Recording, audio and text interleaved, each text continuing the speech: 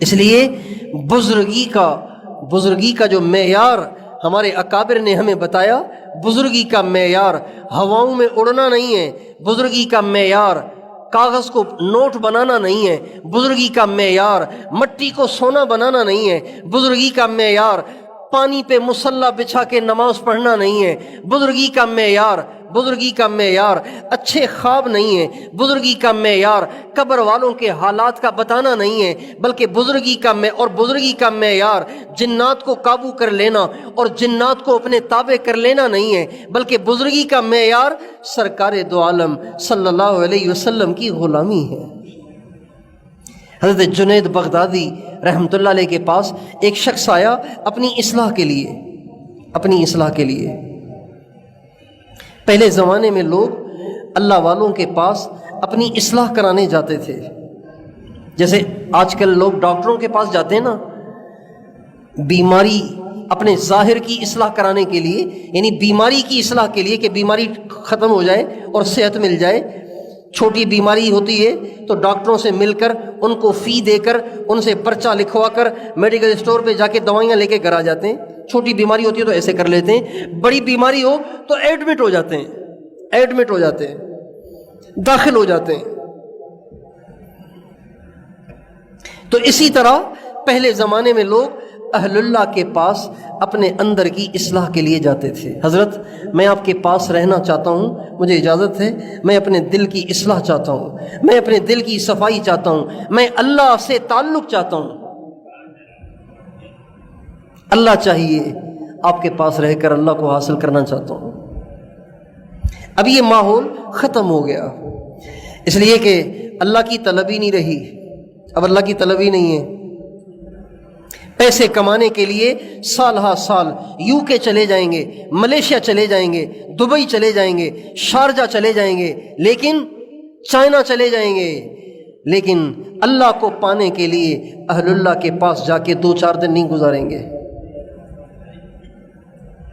ہمارے حضرت مولانا محمد الیاس صاحب رحمۃ اللہ علیہ فرمایا کرتے تھے، جب میں میوات کے اجتماع پہ جاتا ہوں، میوات میں اجتماع ہوتے تھے نا، تبلیغی اجتماع ہوتے تھے، تو فرماتے تھے جب میں میوات میں جاتا ہوں نا اجتماع کے لیے، تو اجتماع میں کوئی ناچ گانا تھوڑی ہوتا تھا، اجتماع میں اللہ کی بات ہوتی تھی، بیانات ہوتے تھے، تشکیلیں ہوتی تھیں، لوگ اللہ کے راستے میں نکلتے تھے۔ فرماتے تھے جب میں میوات کے اجتماع میں جاتا ہوں تو واپس آ کر میں یا تو رائے پور جا کر حضرت شاہ عبد الرحیم رائے پوری رحمۃ اللہ علیہ یا شاہ عبد القادر رائے پوری رحمۃ اللہ علیہ کے پاس کچھ دن گزار کے اپنے دل کی صفائی کرتا ہوں، یا پھر سہارنپور جا کر اپنے شیخ حضرت مولانا خلیل احمد سہارنپوری کی خانقاہ میں کچھ دن گزارتا ہوں۔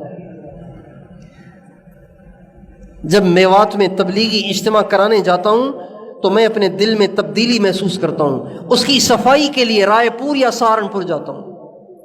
اتنے بڑے اللہ والے، اور گئے تھے دین کے کام کے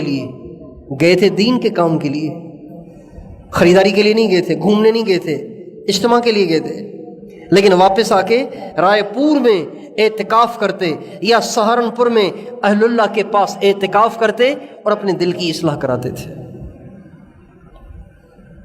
اللہ کرے یہ ماحول آج پھر بن جائے، اللہ کرے یہ ماحول آج پھر بن جائے، لوگ اپنے نفس، بگڑے ہوئے نفس کو لیے اہل اللہ کے پاس جائیں۔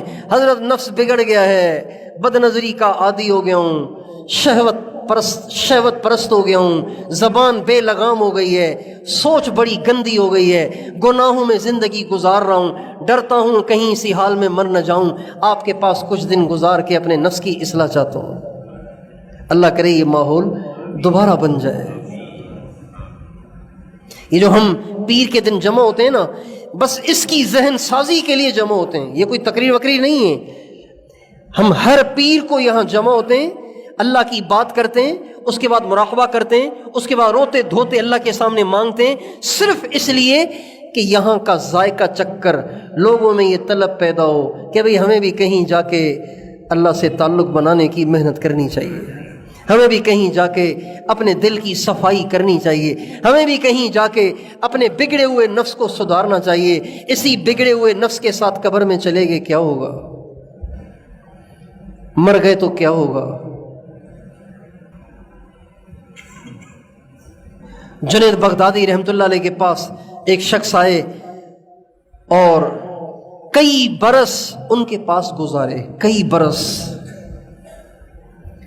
کئی سال گزارنے کے بعد ایک دن حضرت جنید بغدادی نے اس کو دیکھا کہ اپنا سامان باندھ رہا ہے، جانے کی تیاری کر رہا ہے۔ وہ پوچھا بھائی کیا بات ہے؟ کہا حضرت بس اب میں جا رہا ہوں، بہت عرصہ ہو گیا ہے آپ کے پاس رہتے ہوئے، بس اب میں جا رہا ہوں۔ کہا کیوں؟ کہا بس آپ میں کوئی کرامت تو مجھے نظر ہی نہیں آئی، لگتا ہے کہ آپ بھی میرے ہی جیسے ہیں، تو مجھے آپ سے کیا فائدہ ہوگا؟ میں روز انتظار کرتا ہوں میرے حضرت سے کوئی کرامت ظاہر ہوگی تو چلو ہمارا بھی ایمان تازہ ہوگا، ہماری بھی عقیدت میں اضافہ ہوگا۔ تو فرمانے لگے ٹھیک ہے آپ بے شک چلے جائیں، لیکن ایک سوال کا جواب دیتے جائیں۔ کہنے لگے کیا؟ کہنے لگے آپ نے 8 سال میرے پاس گزارے، ان 8 سالوں میں کیا کوئی میرا کام سنت کے خلاف دیکھا؟ نبی کے طریقے سے ہٹ کے دیکھا؟ کہ یہ تو نہیں دیکھا۔ تو فرمانے لگے سنت پہ استقامت اختیار کرنا 1000 کرامتوں سے بڑھ کر ہے۔